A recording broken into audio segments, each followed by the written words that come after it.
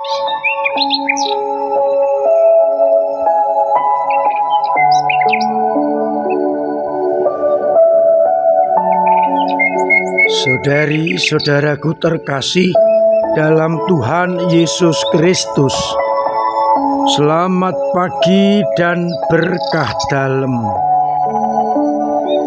Kita berjumpa kembali dalam renungan harian Senin 19 Mei 2025. Seperti biasa kita mendasarkan permenungan pada bacaan Ekaristi hari ini. Bacaan pertama dari Kisah Rasul bab 14 ayat 5 sampai 18.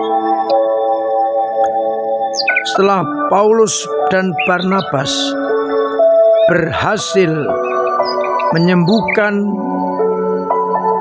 seorang yang sakit lumpuh di Listra, orang-orang berseru, "Dewa-dewi telah turun ke tengah-tengah kita dalam rupa manusia."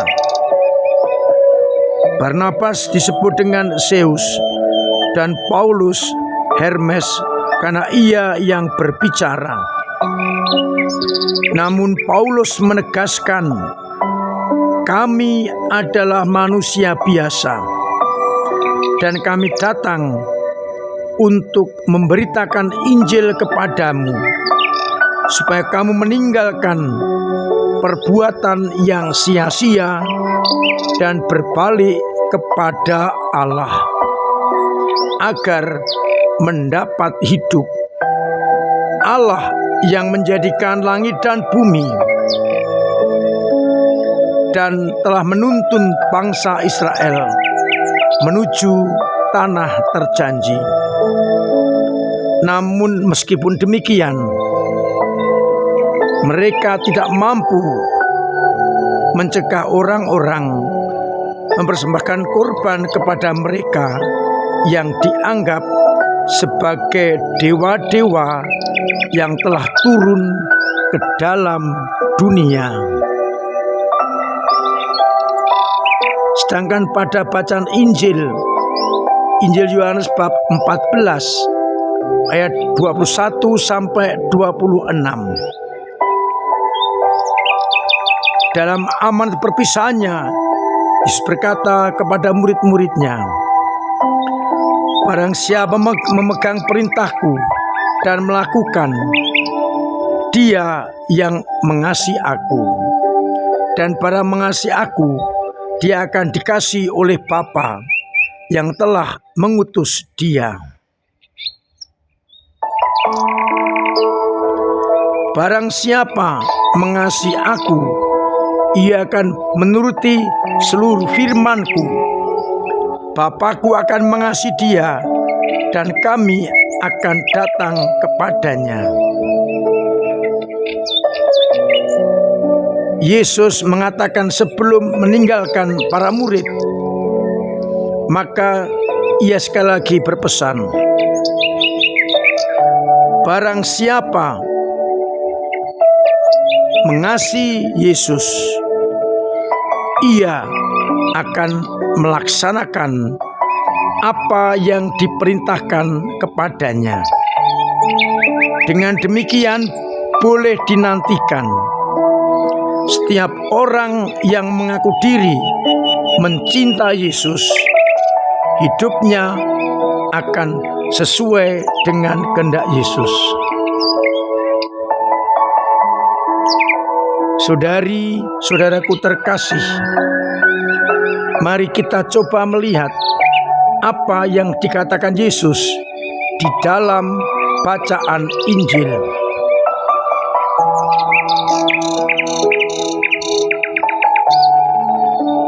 Siapa yang mencintai Yesus harus berpegang pada perintah-perintahnya. Dan kalau mereka setia, maka mereka akan dikasih oleh Bapa, Sang Sumber kehidupan.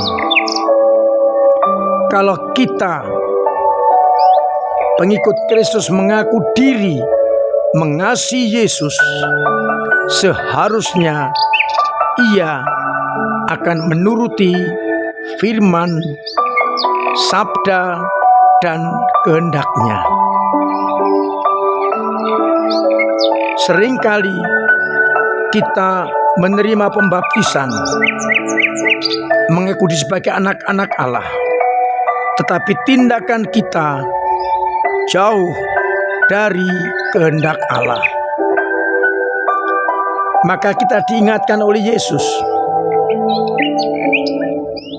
agar kita yang telah mengasihi Yesus, hidup kita juga kita perbaharui sesuai dengan kehendak sabda firman-Nya. Namun sayangnya kita tahu, tidak jarang orang yang sudah dibaptis lupa akan tugasnya, hidup sesuai dengan martabat pembaptisan. Masih ada orang yang hanya pergi ke gereja Natal dan Paskah. Maka saya mengajak minimal seminggu sekali seperti hukum gereja, kita menghadiri Ekaristi. Syukur-syukur bisa setiap hari. Puji Tuhan, umat kita di lingkungan mulai aktif ikut kegiatan lingkungan, dan jumlah umat yang ke gereja semakin meningkat. Seringkali sampai ke Panti Mandala, sampai ke Mandala Graha. Nanti kalau lebih, kita bisa menambah misa. Ini bentuk bahwa kita sadar sebagai anak-anak Allah, kita harus hidup sesuai dengan kehendak-Nya.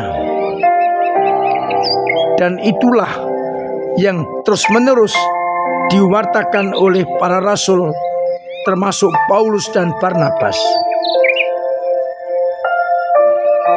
Mereka meminta agar orang-orang yang belum mengenal Yesus meninggalkan apa yang dianggap sia-sia oleh Paulus dan percaya kepada Yesus. Kalau Paulus dengan cara mengajar, kita pun bisa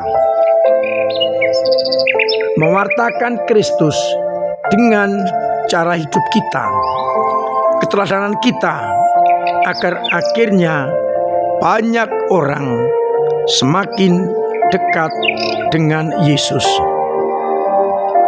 Mari kita yang sudah dibaptis, berarti mencintai Yesus, hidup kita selaraskan dengan firman, sabda, dan kehendak-Nya. Saya yakin pelan-pelan umat akan terlibat dalam lingkungan, wilayah, dan paroki, sehingga paroki kita semakin guyup. Saya bersyukur gereja tidak pernah sepi dari umat dengan berbagai macam kegiatannya yang semakin mengajak iman diperkembangkan. Oleh karena itu, kita mohon rahmat Tuhan agar kita yang mencintai Kristus benar-benar melaksanakan firman-Nya dan memberi kesaksian kepada banyak orang. Tuhan memberkati kita sekalian. Amin.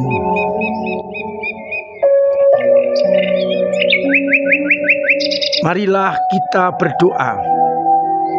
Bapa yang penuh kasih, kami bersyukur karena Engkau senantiasa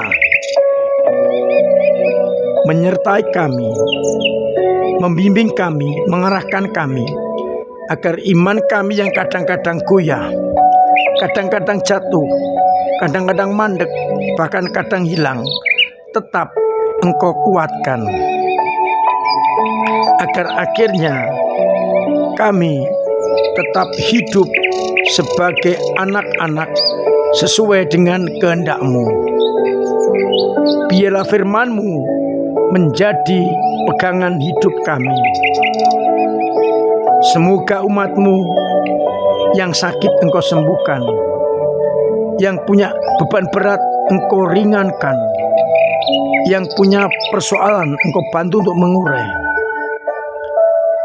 yang punya kesulitan ekonomi Engkau bantu usahanya sehingga boleh mendapatkan kasih karunia-Mu dalam rupa rezeki untuk kehidupan sehari-hari. Untuk itu, sertai kami dengan berkat-Mu sendiri, Bapa dan Putra dan Roh Kudus. Amin. Saudara terkasih, tetap saya ajak untuk terus-menerus menciptakan pola hidup sehat, agar kita tetap sehat dan terjaga dari segala mara bahaya dan penyakit. Terima kasih untuk kebaikan hati panjenengan dalam kepedulian kepada orang lain, paroki lain, paroki Bandung Monosari dan paroki Sinangkuwo, dalam penggalangan dana berupa amplop dan juga pembelian kupon berhadiah. Semoga dengan itu semua mereka boleh menyelesaikan pasturan dan gerejanya, dan kita umat kudus diberi rahmat yang melimpah dari Allah. Terima kasih untuk ikut mensukseskan aksi panggilan kemarin. Mudah-mudahan di antara anak kita, keponakan kita, cucu-cucu kita, ada yang tertarik bekerja di kebun anggur Tuhan. Terima kasih untuk perasa panjenengan lewat doa-doanya, pemberian diri, pemberian tenaga, pemberian waktu, pemberian karya, dan juga dana bagi gereja. Semoga Tuhan membalas dengan rahmat yang melimpah. Akhirnya saya mengucapkan selamat pagi, selamat merenungkan, salam sehat, Tuhan memberkati.